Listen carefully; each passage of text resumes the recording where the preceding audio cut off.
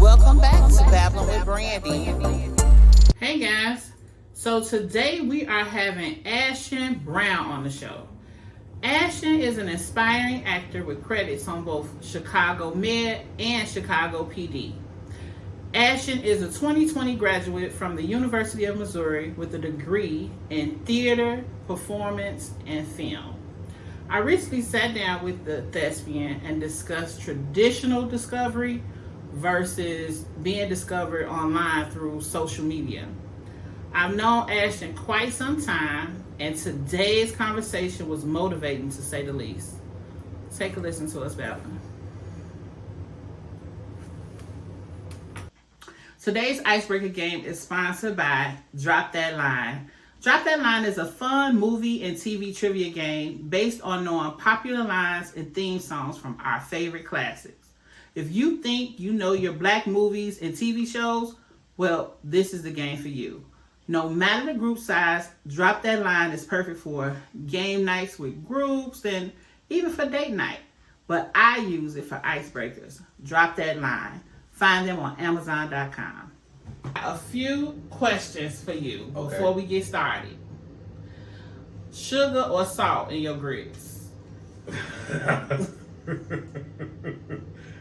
Sugar. Okay. Bacon or sausage? Bacon. What's your favorite hobby? That's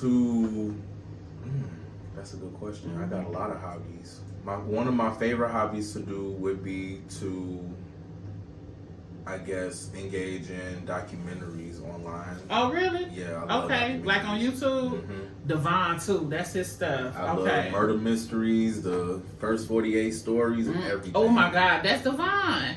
Okay, so what's your favorite vacation that you've been on? And then I want you to tell me about your dream vacation. My favorite vacation that I've been on was probably my only vacation out of the United States, which was in Mexico for a wedding in 2018. Okay. It was a good time. It was for a wedding. It was my first time ever being out of the country and on a flight longer than 6 hours. Mm-hmm. But it was a great experience. Okay. One of my dream vacations would be Bali or Dubai. Got you. Yeah, they say Dubai hidden. Need that Dubai money. Exactly. And then, okay, so if you could be anywhere in the world right now, where would it be? The Philippines. Okay. And then tell us why. Well, because I want to say a quarter Filipino, because my dad is half Filipino, because I had my grandmother's Filipina. She came and moved to the United States, married my grandfather a way, way, way long time ago. Rest both of their souls now. But I would love to visit the Philippines and meet my family that I haven't been able to meet yet. That's beautiful. Okay. Are you a listener or a talker? A listener. I just started becoming a listener. Okay. I used to be a talker. What's the last song you listened to? Share My World by Mary J. Blige. Just before you got out of the car? Mm-hmm. Okay. Okay then. Favorite singer-songwriter? Summer Walker. I knew you was going to say that. Mm-hmm. Favorite TV show growing up? Living Single or Martin. It's a tie between the two. Really? It's a tie between the two, yeah. I was going to do questions on Living Single, but I was like, I wonder if he even watched Living Single. I watched Living Single. You could ask away. I could have asked. Okay, cool. So I'll know next time. Favorite movie growing up? Ooh, Baps. Really? Mm-hmm. Now, I loved Baps, but I wouldn't even thought of Baps just now to say that. That's a classic in my book. Yeah. Ever. Favorite actor or actress? Taraji will be one of my favorite actresses. Okay. And you know what? This may sound crazy, but it just came to me a few days ago. Brendan Fraser is one of my favorite actors. So give me something that Brendan Fraser is in, because I'm not familiar. So he's done things like The Mummy. He's done this new movie called Whale. And he's also done things back in the past like George of the Jungle. He's featured in a HBO Max series called Doom Patrol. And the reason why I mentioned him was because he just won a critic award, critic acclaim award, Critics' Choice Award. That's what it was. He won a Critics' Choice Award, and he was just going on about how he kept going, being in this industry for over 30 years. I know who you're talking about. I saw him, and he was a child actor, right? And he did have a very moving speech when he won. Yeah, he was crying out there. He deserved it too. That man deserved it. He's been working his butt off, and he's finally getting his flowers. And I love the same thing for Miss Cheryl Lee Ralph and Angela Bassett.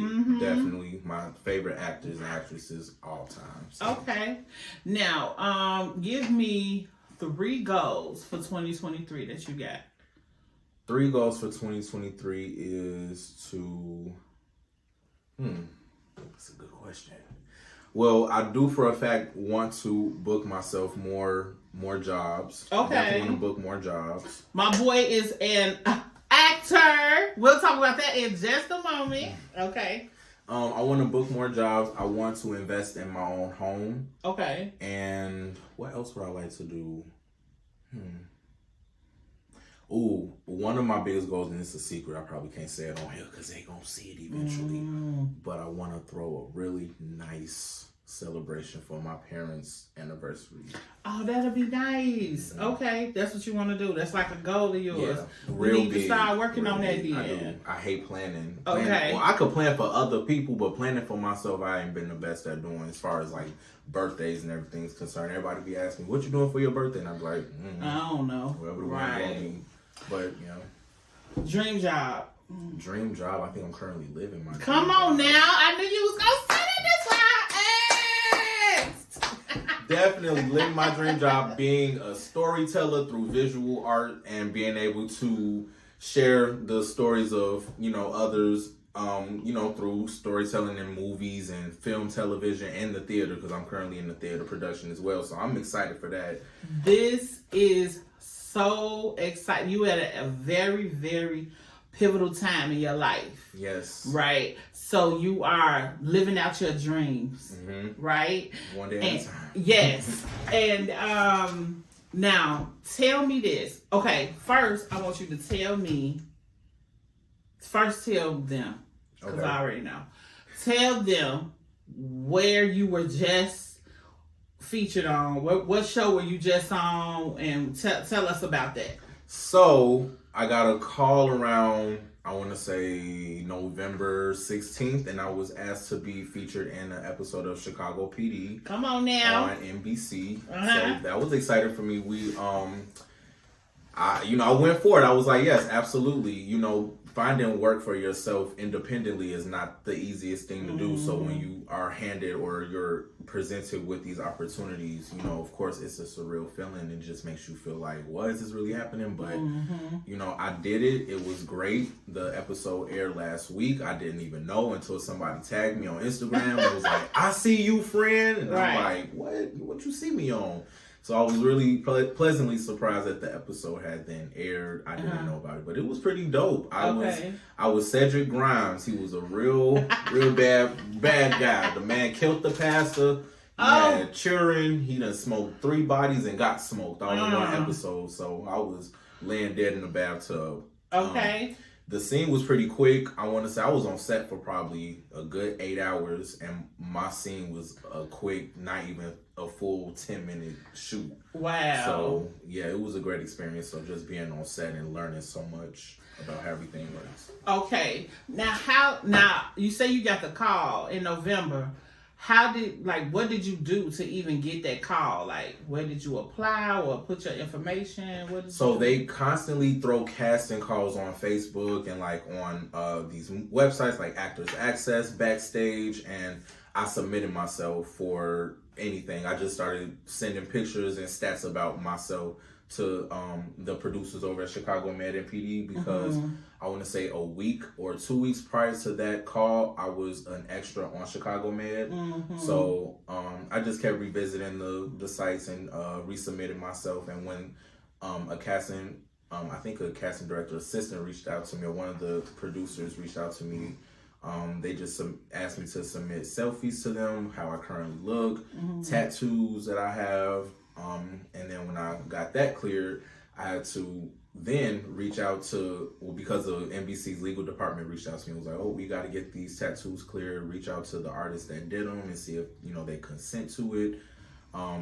And I think one artist did get back to me, but the other artists didn't. I got tattoos every one of me, y'all. But I did all of that because I was laughing at that because I ended up doing all of that, reaching out to them for the tattoos to get covered up. They covered them up anyway. Yeah, they covered up all my tattoos, y'all. I was in makeup for probably an hour and a half because they had to put the prosthetics on my head from when I got shot. From the shooting. I had a boxer's ear, so it was a pretty dope experience. And I got to get my makeup done alongside one of the main cast on the show, and he was pretty hilarious in real life, so that was pretty dope. That's cool.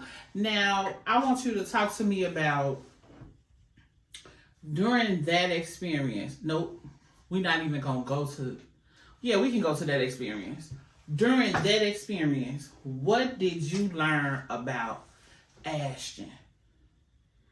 What did I learn about me? Like, what do you feel like was the biggest thing, your biggest takeaway from that for you? Like, who you are, like what your capabilities are, whatever. Like, what did you take away from that? I learned that I'm a very, very professional person on a professional, high-scale production set. And that's one of the main key things you have to be, obviously, to get callbacks and to be remembered and, for them to want to work with you again. But just my patience, because my patience was not the best, growing up, or even then in my early adulthood. I'm 25 now, and I want to say between ages 22 to now, I've been learning nothing but patience. So like I said, being on that set for 8 hours just to film a 10-minute set was like, what am I here this whole 8 hours for? But I got paid for it either way. So I wasn't complaining, but my patience is something I had to acknowledge, to myself because I've come a long way. Okay. And just that I'm a timid person, I have to work on it because, I don't get intimidated, but I am shy. So even when I'm meeting these, these big actors and I'm meeting these producers and cast directors, executives and everything, I'm just like, hi, I'm Ash, and I just like to get straight to the point, but I can also be a little shy, so it kind of holds back my capabilities of being extroverted and outgoing and actually having a conversation with these people. But so they don't get to see you. Facts. Saying. But then again, they don't want to have no conversation. They just want you to come and stay where you were supposed to be at, post it up, and do your job. So it's like you got to figure out, I guess, like a medium, right? I got you with that. So that's something that you feel like you can improve, because I actually was going to ask you that. That was my next question, was something that you feel like you can improve. And so you think that you should, that you could be, a little bit more outspoken? A little more outgoing, I want to say. Outgoing. I try to keep it professional, straightforward, and matter of fact, and try to be, my best self that I can be so that I can get these callbacks and these people who want to work with me again. I don't want to over talk. I don't want to feel like I'm talking too much and then I'm thinking, hours later after I did I say too much? Did I do this? Did I do that?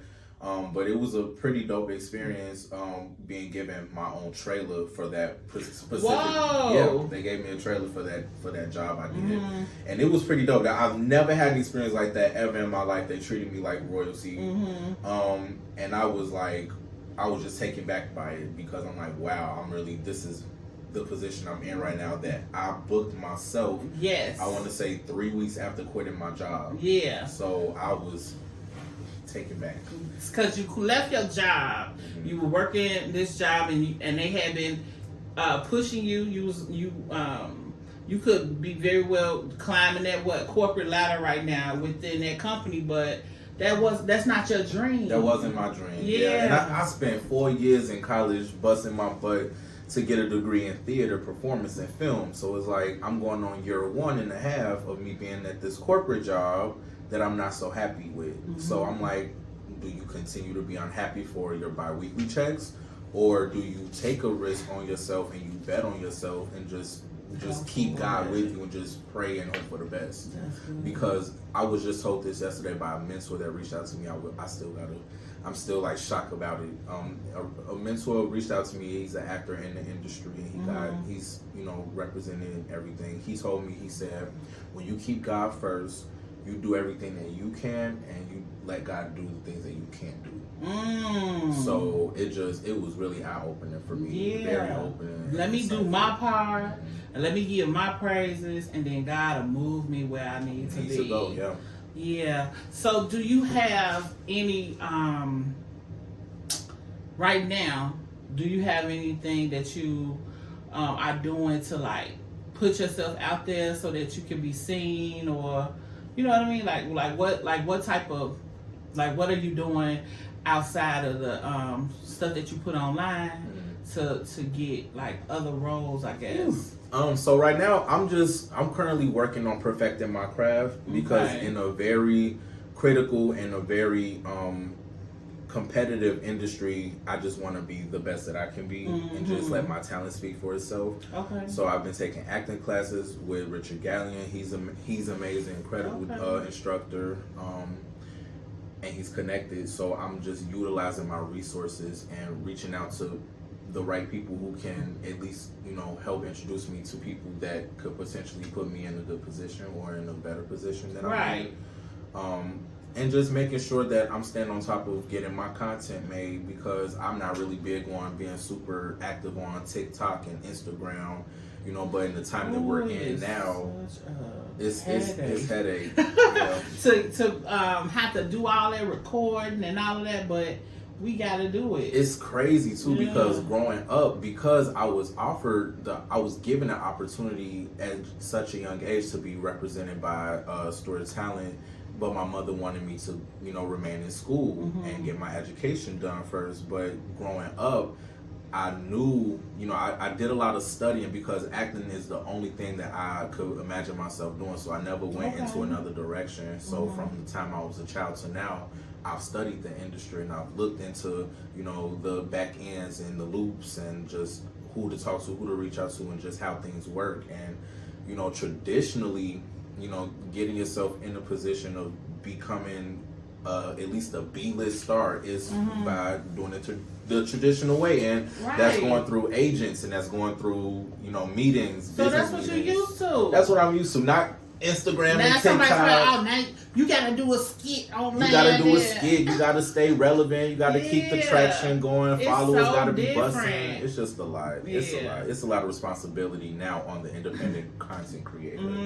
But I do appreciate it because it gives the content creator more creative freedom. Opportunity. Yeah, definitely freedom and opportunity.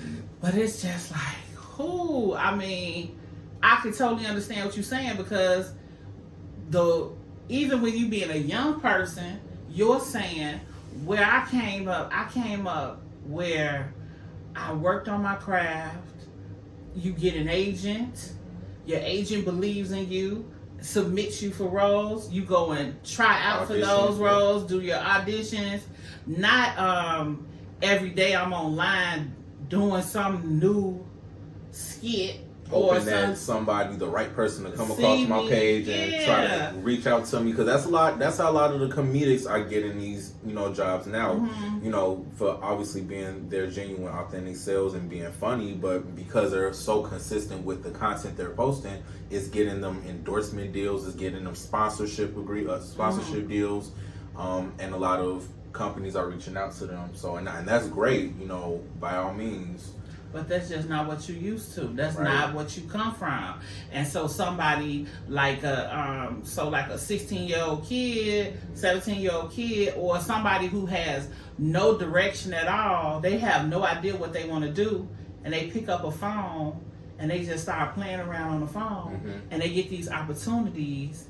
It feels weird to somebody like you who went through what you knew what was supposed to be the right way.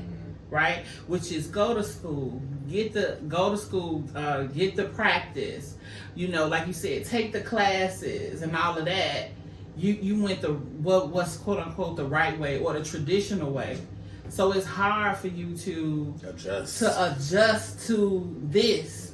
I am so glad that we had this conversation, because now it's some people that's gonna be able to understand your thought processes behind this. So it's like, so now I'm gonna tell you something I heard the other day, just from you with what you said. It made me think about this. I don't remember what I was watching exactly, but I was watching a show, and what they said was, I was listening to a podcast, and they said what happens is these people are not prepared for longevity, though, right? So you get online, you do a reel. A reel is what, 90 seconds? Yeah, and you can keep people laughing for 90 seconds. You can do whatever it is for 90 seconds, but then. Oh, it was actually, I was watching somebody talk about dancing.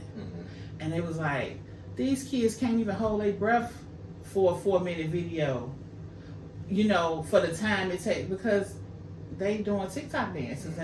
And now they getting these deals from these 90-second hip hop, pop challenges. Yeah, but then when it's time to really do a video, they literally don't even have the wind.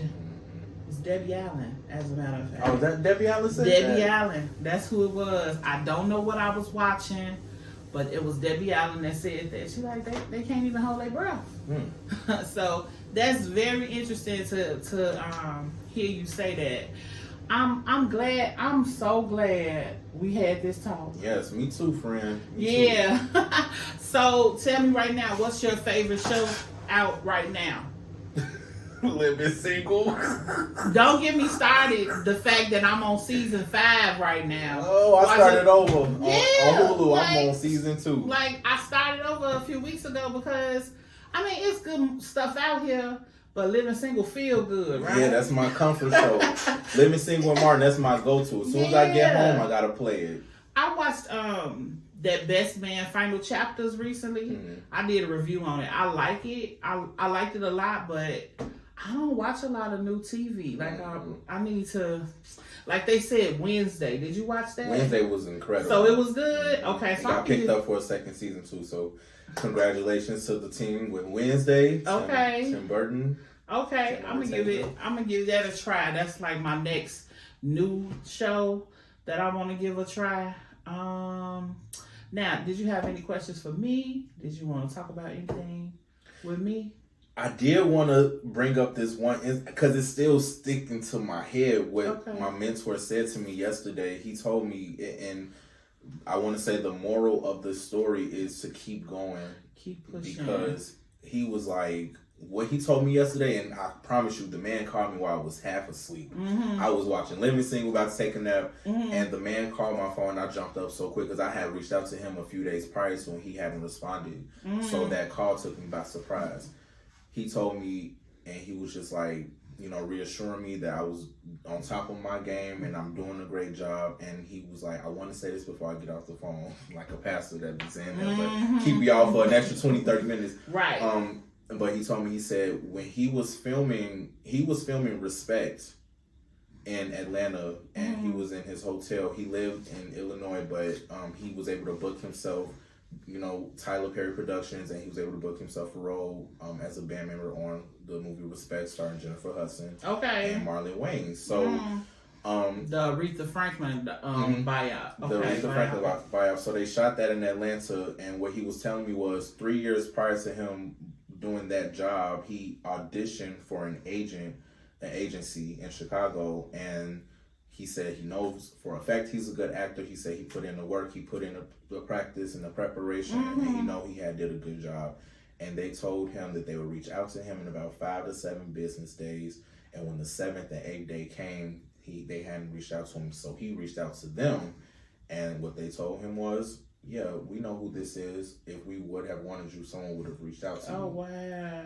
But what's so crazy is when he was filming Respect, here 3 years later in Atlanta, Georgia, they reached back to him on Instagram, DMing him, social media, and asked him because they see that he's picking up these jobs by himself, so they see the persistence and they see the consistency.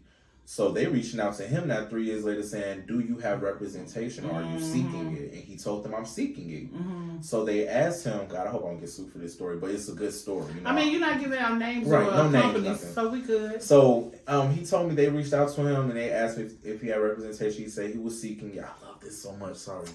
And they offered him an opportunity to come in and audition in Chicago. So the man literally, he drove his butt all the way from Atlanta to Chicago. Within that same week, he said he was exhausted. His wife told him, if you don't want this, you're not hungry enough, you have to, because he said he was exhausted. He got on the road about 4, 5 in the morning. He like, do I really want this? And she said, look, you have to be hungry for this. And he went. That's the work. And it was snowing real bad in Chicago. And when he got there, nobody was there, and the building was locked. He looking through the windows, trying to figure out what's going on. This was this year? This was, I believe, last year. Oh, no, 2020. It happened in 2020. Okay. So in 2020, he was looking through the windows, wondering what's going on. So he calls them, and they're like, oh, we didn't know you were coming today. If we would have known, we would have stuck around a little longer. He got there at 1:20. I think they stopped seeing people at 1. He got there at 1:20, mind you. He was driving. And it's a lot of snow conditions. Of course. And so he just told him that the spirit just kept, he felt the spirit just tell him, don't hang up the phone, keep going. And he told them, like, listen, I drove all the way here from Atlanta because I was offered this, to come in and audition. I've been doing A, B, C, and D. And so the lady asked him, the agent was like, well, how are you booking yourself all of these? And he said, I serve a mighty God. Come on now. And she was like, and then told him that she would be reaching back to him. So he drove back home and then went back to Atlanta. Oh my God. Without auditioning. And they ended up reaching out to him, I want to say a week later, offering him an exclusive contract with the agency. Really? No audition. Wow.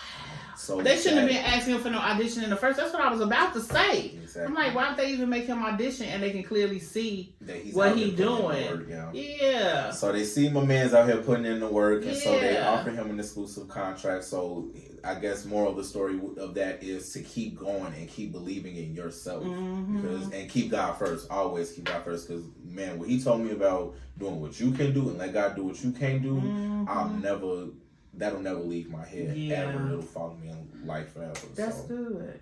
I'm so proud of you. Thank you. I'm proud of you. Thank you. I'm proud of you. How can I order a Babbling with Brandi hoodie? Because I want one ASAP. I'll make sure you get one. Thank you, friend. I'm ready to wear it. Thank you so much for coming. Thank you for having me. Yes, I'm glad. This right here, this is my friend for years and years and years. We tied like glue. Yes, we stuck like glue. His mother is one of my dearest friends. That's my sister.